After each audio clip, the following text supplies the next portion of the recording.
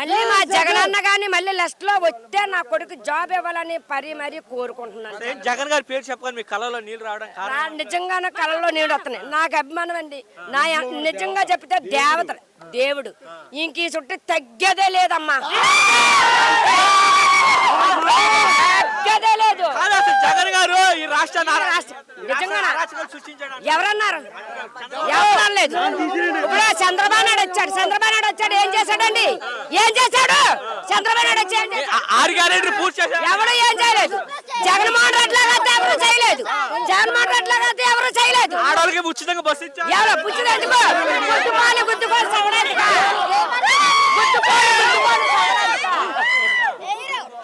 ఆడవాళ్ళందరూ కూడా ఉచితంగా బస్సు ఇచ్చారు. మాకు జగన్మోహన్ రెడ్డి గారు మళ్ళీ లిస్ట్ లో రావాలని దేవుణ్ణి కోరుకుంటున్నాం.